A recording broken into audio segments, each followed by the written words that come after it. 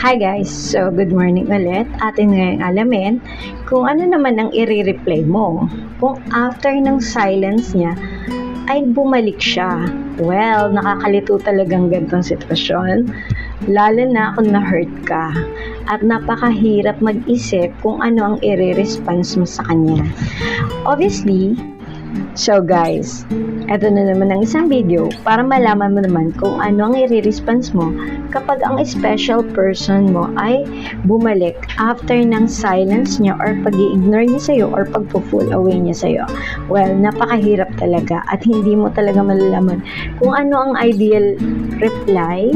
Masalo ka nag-message siya. Kasi guys, alam niyo ba, ang pagkakaiba ng personal na pagpapakita at response lang sa text ay very different. Alam niyo ba na nakakakilig at napakasarap sa feeling kapag ang special person mo after ng silence ay nagpakita. At iba naman ang mararamdaman mo kapag ang special person mo nagparamdam through text or messages or call.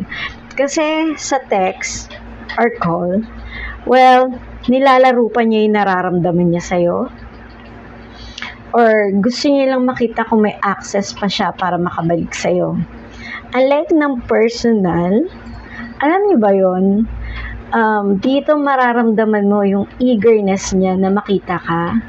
Yung totoong nararamdaman niya na para maramdaman mo na kung ano yung pinagdaanan niya after few weeks, months na hindi niyo pagkikita.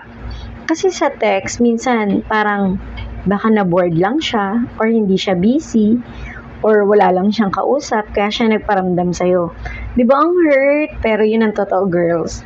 So, lagi niyong tatandaan, iba ang pagpapakita ng personal, iba ang pagpaparamdam sa text, sa call.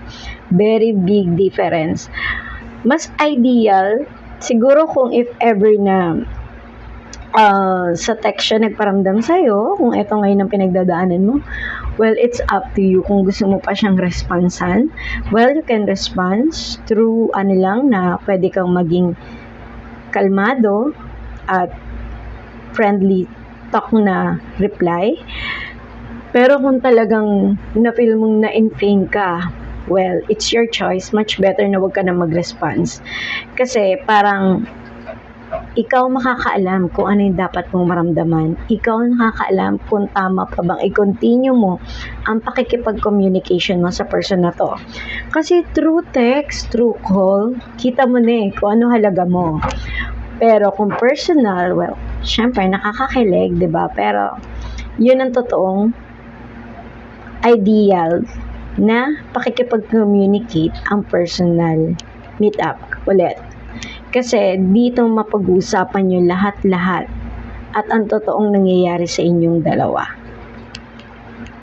So girls, kung nandito ka sa ganyang sitwasyon, you better start analyzing na para hindi ka malagay sa alanganing sitwasyon at lalo kang ma-in-pain. Kasi the more kang umaasa sa nararamdaman ng special person mo, lalo ka lang nasasaktan.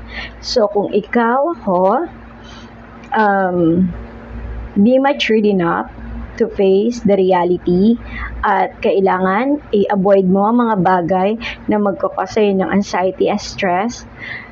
Ang lagi mong titingnan ng consistency niya, kung paano kanya i-approach, kung gaano kanya pahalagahan.